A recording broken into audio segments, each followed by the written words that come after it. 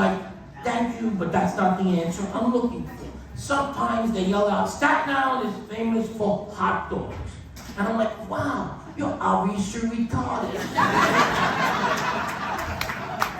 I'm pretty sure you can get a hot dog anywhere.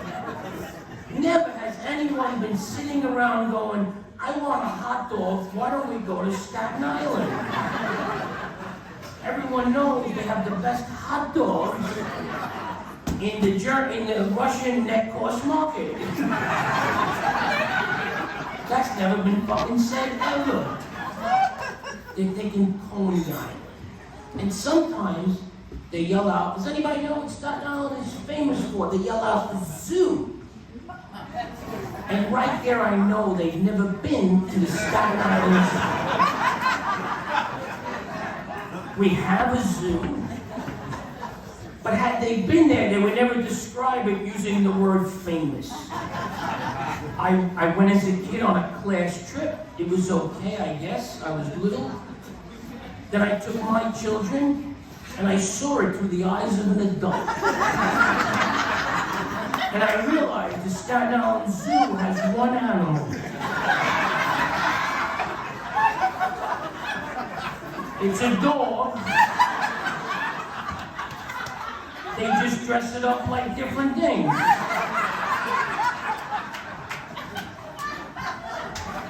The zookeeper's a typical Staten Island guy. Bikini, sweatsuit, pinky rings, white Reeboks. He's like, what do you want to see today, kids? A llama? Yeah, Billy, we got a llama. Vinny!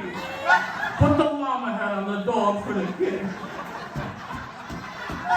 Dog comes walking out with a big llama head. It's not even well thought out. It's a little dog, Chihuahua, little llama, Chihuahua. Can't even balance the head, you know? Little Billy says to the zookeeper, Mr. Zookeeper, yeah, what's up, Billy? I heard that llamas spit. They do. Look over there. Now you've been spit on by a llama. Billy's getting on the bus. This was the greatest class trip ever. So interactive.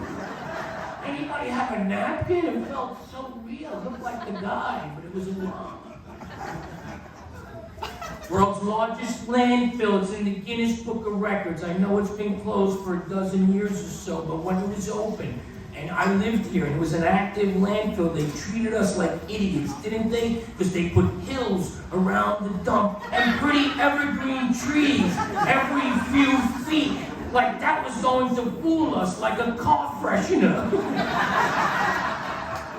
To disguise, like maybe they thought tourists would drive by and go, wow, would you look at those mountains? I know they're beautiful. Wow, I wonder if they have a ski package here. I don't know, but did you thought?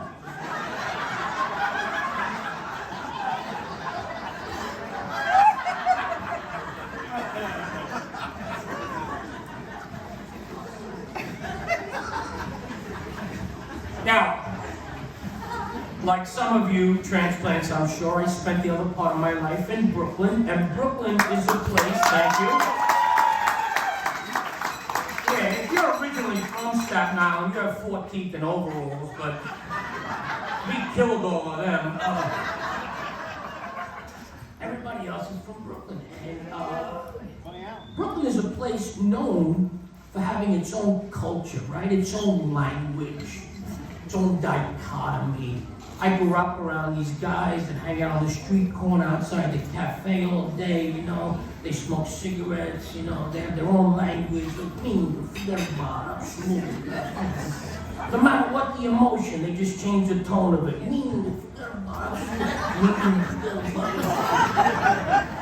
I thought I heard everything, but I was doing a show in Brooklyn one time. I heard something I had never heard before. I was on the stage. In reference to something, I said the word dumbfounded. Simple enough. All of a sudden, I hear a guy down in front explaining the word that I just said to his girlfriend like only a Brooklyn guy could. This is what I heard. He was like, listen to me, I ain't gonna tell you again, all right? You see, you wasn't always dumb, you found it.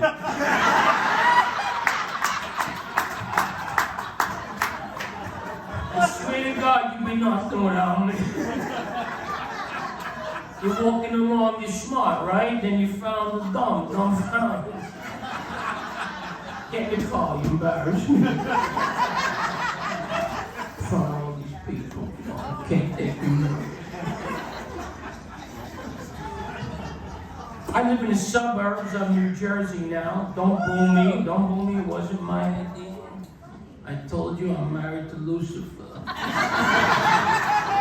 It was her idea. She was born and raised her whole life in Brooklyn. That's where we were living together, and we decided to move. And then suddenly the suburbs of New Jersey came up. I never wanted to go to New Jersey, but her attitude was, if I'm gonna leave Brooklyn and everything I know, I want to go to New Jersey. If all my friends went to New Jersey, I want to get some more space, a big backyard, plant flowers.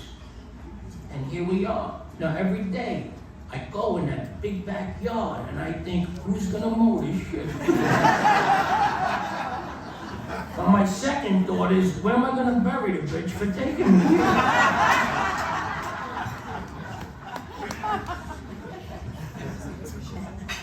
I don't belong, you know. I'll never transition. I've been there 20 years and I'll never get acclimated. For example, I'm the example of you can take the guy out of New York, you can't take New York out of the guy. For example, I assume, I hope most of you don't like the smell of urine. I don't know, that guy worked in the landfill. He might get nostalgic, I don't know, but I don't like it either. But for some reason, when it's gently wafting in the air, the smell of urine, I'm in the mood for roasted peanuts. Are you hungry? I am. I wasn't, but now I smell piss. I'm starving. I don't know how that works in the brain. Kind of like a trigger. It's different. It's very different living in the suburbs. You know, the suburbanites say hello to you when you don't know them. We don't know that. Good morning. How are you? I'm like, good. Do I know you? They're like, no, exactly. I don't know you. So why do you want to know how I am? Why do you want to know what I'm doing? Why do you want to know what's in these plastic bags I'm putting in the trunk of my car?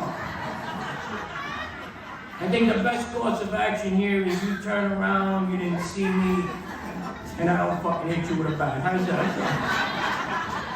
sound? And the guy's like, I just wanted to tell you that Wednesday's recycle day.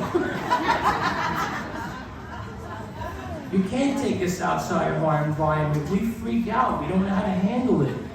When I first moved to New Jersey, behind my house is a patch of woods. And every night in the summer, I would hear, vroom, vroom. So I got a hold of my neighbor and I was like, hey, Chip. And he's like, it's Skip. And I'm like, what's the difference? Either you're named after a cookie or you're on a soap opera. I don't, Chip, Skip, Bip, fucking answer the question.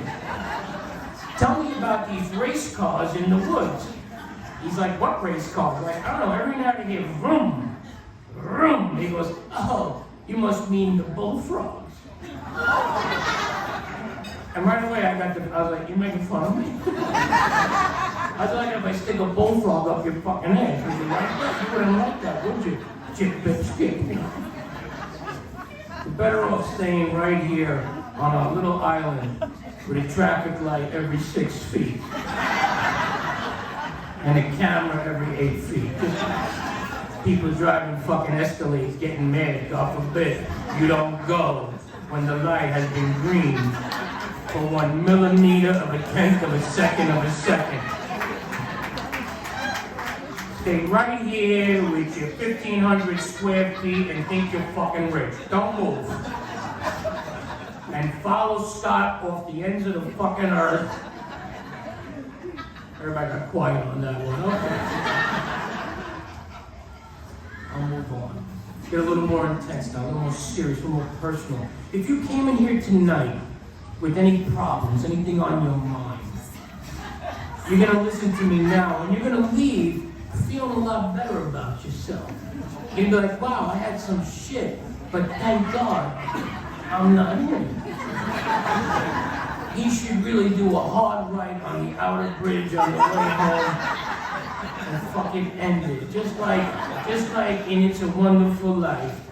Except there's no angel to dive in and save him. That's what he should fucking do, because look at his life. That's right. I've had a rough ride, and one of the things that I hinted at is marriage, but I tell you, there's been other things.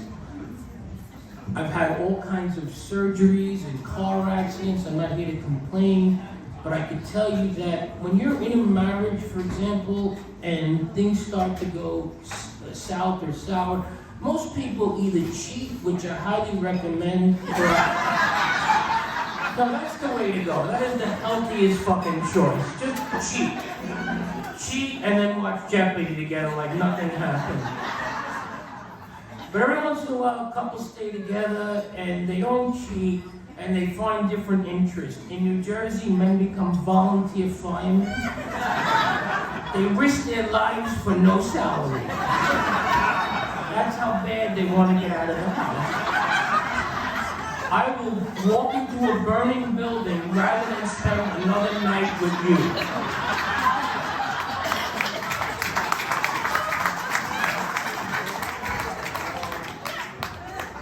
And women go to wine and painting. They go to wine and painting. They get a little buzz on, they paint, and they feel, they're doing some shit. They go with their friends, and they bring it home and they show it to you. And you gotta act thrilled. You're like, wow, that is the most beautiful anus I've ever seen. She's like, anus? That's the sunset.